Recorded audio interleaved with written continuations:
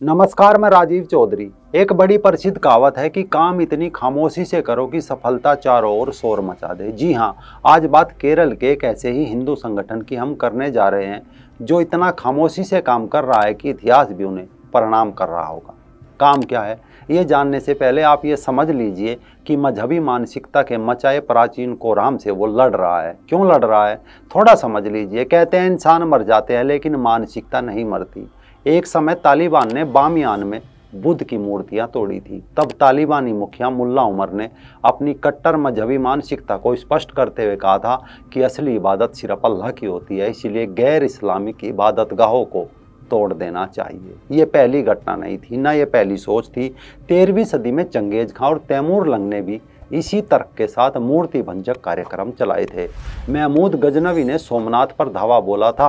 उसके इतिहासकार उत्वी ने तारीख यामिनी में लिखा था कि नदी का रंग काफिरों के खून से लाल हो गया था। मथुरा के श्री कृष्ण जी जन्मभूमि मंदिर का गिरा जाना हो, अयोध्या और काशी के कृत्य सारी दुनिया जानती है। दिल्ली में कई मंदिरों को तोड़कर कुव्वतुल इस्लाम नाम की मस्जिद बनाई गई थी। उत्तर भारत में मध्यकाल से पहले के मंदिर के बहुत कम सबूत मिलते हैं। मंदिर है ही नहीं, लेकिन दक्षिण भारत में अभी भी प्राचीन मंदिरों का अस्तित्व मौजूद है। अस्तित्व यानी बहुत सारे खंडर भी मौजूद है। लेकिन इन दिनों केरल में उन खंडरों को फिर से मंदिर बनाने का निर्माण चल रहा है, जो वर्षों पहले मजहबी मानसिकता ने तोड़ दिए थे। केरल के मल्लपुरम जिले के वलानूर गांव में ये मंदिर 102 साल पहले हुए दंगे में तोड़ दिया गया था। अब उग्र नरसिम्हा ट्रस्ट उसी जगह पर 2500 स्क्वायर फीट एरिया में नया चोलाकारा दुर्गा मंदिर बनवा रहा है। बताया जा रहा है कि पूरे केरल में ऐसे 160 मंदिर है जिन्हें मुगल काल या टीपू सुल्तान के राज्य में या फिर 1921 में हुए मालाबार कांड के दौरान तोड़ दिया गया था। उग्र नरसिम्हा ट्रस्ट के द्वारा मंदिरों का रेस्टोरेशन बड़ा प्रोजेक्ट है जो अपने कल्चर और ट्रेडिशन को सहेजने का काम कर रहा है। ये काम वो आने वाली पीढ़ियों के लिए कर रहे हैं। उन मंदिरों को दोबारा बनवा रहे हैं जिन्हें पहले तोड़ दिया गया था। ऐसे में सवाल हो सकता है कि ये ट्रस्ट कैसे काम करता है, यानी मंदिर भी खोजना, फिर उस जमीन के लिए कानूनी लड़ाई लड़ना, फिर उस मंदिर को बनवाना बड़ा कठिन काम होता है। दरअसल शुरुआत में उग्र नरसिम्हा ट्रस्ट के लोग मंदिरों की तलाश करते हैं, फिर उनका पुनर्निर्माण करते हैं। जब वो एक के बाद एक मंदिर का निर्माण करने लगे तो बाद में लोग खुद ट्रस्ट के पास चलकर आने लगे और बताने लगे कि उनके आसपास भी मंदिर है जो सैकड़ों साल पहले मजहबी मानसिकता ने तोड़ डाले थे। अगर कोई हिंदू मंदिर को रिस्टोर करने के लिए उनके पास आता है तो वो सबसे पहले देखते हैं कि ज़मीन कानूनी विवाद में तो नहीं है। अगर है तो कानूनी मामलों से निपटने के लिए संगठन के पास वकील है। एग्रीमेंट क्लियर होने के बाद वो मंदिर में काम शुरू करवाते हैं। मंदिर बनवाने से पहले डिटेल प्रोजेक्ट रिपोर्ट तैयार करते हैं। इसके बाद विधिवत पूजन के बाद काम शुरू होता है। लेकिन ये सब इतना आसान नहीं होता, क्योंकि मंदिर 100 या 200 या फिर 500 साल पुराना खंडर में बदल चुका होता है, तो उसका वही स्वरूप आज के सभी कारीगर नहीं दे पाते। तो इसके लिए राजस्थान और देश के दूसरे हिस्सों से कारीगर बुलाए जाते हैं। गजब ये है कि इसका सारा खर्च खुद ट्रस्ट उठाता है। मल्लपुरम जिले में एक गांव है लाथीपुर, यहाँ सुब्रमण्यम मंदिर बन रहा है। ये मंदिर भी 1921 के मोपला दंगों में तोड़ दिया गया था। दंगाइयों ने गणेश और सुब्रमण्यम की मूर्तियां खंडित कर दी गई थी। अब फिलहाल उग्र नरसिम्हा ट्रस्ट ने यहाँ पूजा शुरू करवा दी है। इसमें दिलचस्पी ये भी है कि केरल में मंदिरों को बचाने का आइडिया संगठन को कहाँ से आया, ये भी आम लोग सोचते हैं। कहाँ से इसके लिए फंड आता है और किस तरह की दिक्कत इन लोगों को सामने आती है। इन सभी सवालों के जवाब नरसिम्हा ट्रस्ट के चेयरमैन विमल शिवी देते हुए कहते हैं कि भारत में हेरिटेज बहुत खराब स्थिति में है। देख रेख और जागरूकता ना होने से हजारों स्मारक और मंदिर ढह रहे हैं। ऐसे ही चलता रहा तो एक दिन हमारी विरासत खत्म हो जाएगी। इसे बचाने के लिए उन लोगों ने मंदिरों को बनवाना शुरू किया है।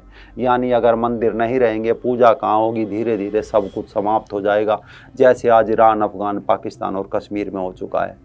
लेकिन इस ट्रस्ट ने किया क्या कि मंदिरों को बनवाने से पहले केरल के 5 जिलों में सर्वे करवाया। पता चला ऐसे 160 मंदिर है जिन्हें तोड़ दिया गया था। ज़्यादातर ऐसे मंदिर मिले जिन पर लोगों ने कब्जा कर रखा था। जब ये मंदिर बनाने पहुंचे तो मजहबी नाराज हो गए, उन्होंने रोक दिया। कुछ विवाद भी झेलने पड़े। ये लोग उनके खिलाफ कोर्ट गए, कुछ मामले सुलझे तो कुछ पर मामले अभी पेंडिंग है, लेकिन काम लगातार चल रहा है। दरअसल सब जानते हैं कि भारत में मंदिरों को तोड़ने की शुरुआत अरब के हमलावरों ने की थी। इन मंदिरों में से ज़्यादातर बहुत बड़े थे, सनातन हिंदू सभ्यता का प्रतिनिधित्व तक करते थे। इसलिए उन्होंने इन प्राचीन स्मारकों को नष्ट करके सभ्यता मिटाने की कोशिश की। आधुनिक इतिहासकार मानते हैं कि मंदिरों को नष्ट करने में गुलाम वंश, खिलजी वंश, दिल्ली सल्तनत, मदुरै सल्तनत और टीपू सुल्तान प्रमुख थे। फिलहाल मल्लपुरम और पलक्कड़ के 8 मंदिर तैयार हैं। इनमें अलीथापुर का सुब्रमण्यम मंदिर, मल्लपुरम का मयामंडी नरसिम्हा मंदिर, थलाक्कावाऊ का भगवती मंदिर, कीसीसेरी महाविष्णु मंदिर और पलक्कड़ के भी 6 मंदिर है जिनमें जल्दी पूजा शुरू होगी। दरअसल मल्लपुरम के सीनियर जर्नलिस्ट तिरूर दिनेश अपनी किताब destroyed the temples of Kerala में लिखते हैं कि हैदर अली और टीपू सुल्तान के राज में उनके सैनिकों सूबेदारों ने हजारों हिंदू मंदिर तोड़े थे। इसके बाद सबसे बड़ा विध्वंस मोपला दंगों में हुआ। आज भी मल्लपुरम और आसपास के जिलों में मंदिरों के खंडहर मौजूद है। केरल के मालाबार में कई मंदिर हैं जहाँ खंडित मूर्तियाँ हैं। वहीं केरल का इतिहास समझने वाले एडवोकेट संकुट्टी दास कहते हैं कि मैसूर साम्राज्य में 3 बार केरल का हमला हुआ। पहली बार हैदर अली ने 1866 में अटैक किया। इसके बाद उनके बेटे टीपू सुल्तान ने 1875 और 1893 के बीच हमले किए। इस दौरान पूरे मालाबार रीजन में मंदिर तोड़े गए।